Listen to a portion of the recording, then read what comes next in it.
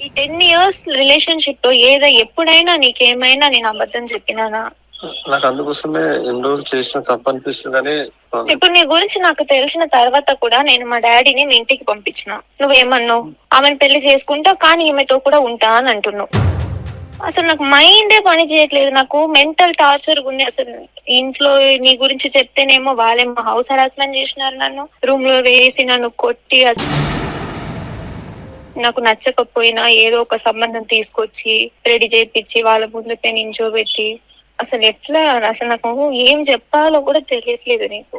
ఇంకా నాకు ఏ దిక్కు లేదు గణేష్. ఒక్కటే నాకు. ఇంకా నాకు అర్థం కావట్లేదు. నేను చచ్చిపోదామని డిసైడ్ అయిపోయి ఉన్నా. హలో, ఉన్నారా మీ వదిన లైన్ లో? ఉన్నారు సార్. మాట్లాడతలేదు కదా, మరి సైలెంట్ గా ఉన్నది. ఏం మాట్లాడాలి సార్? మీరు చేసేవంతా చేస్తున్నారు కదండి సార్. అక్కడ అమ్మాయి పరిస్థితి మీరు చూసారు కదా, చావు కోసం ఎదురు చూస్తుందంట.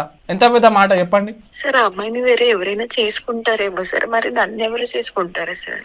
మిమ్మల్ని కూడా చేసుకుంటారండి సార్. ఆమె నన్ను ఒకసారి నడి రోడ్ల లాగి కొట్టింది సార్. నా మర్దిని మర్చిపో, వేరే పెళ్లి చేసుకో, నిన్ను వాడితో పడుకోనివ్వను, అది ఇదని చెప్పి నన్ను తిడుతుంది సార్ నడి రోడ్లోనే ఆమె. సార్ మరి నేను కూడా ఇష్టపడ్డాను కదండి సార్ గణేష్. ఇప్పుడు మరి నేనేం చేయాలి సార్? సార్ మాది 10 ఇయర్స్ రిలేషన్షిప్ సార్. మేము స్కూల్ నుంచి లవ్ చేసుకుంటున్నాం సార్. చెప్పండి.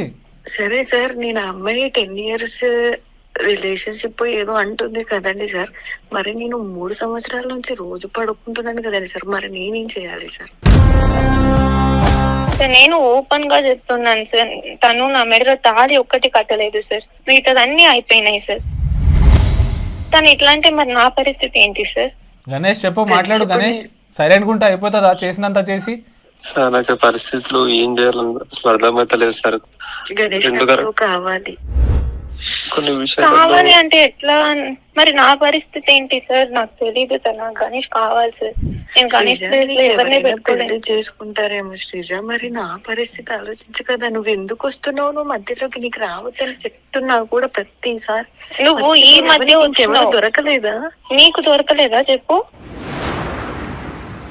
తను నా నువ్వు మధ్యలో వచ్చినావు, అర్థమవుతుందా?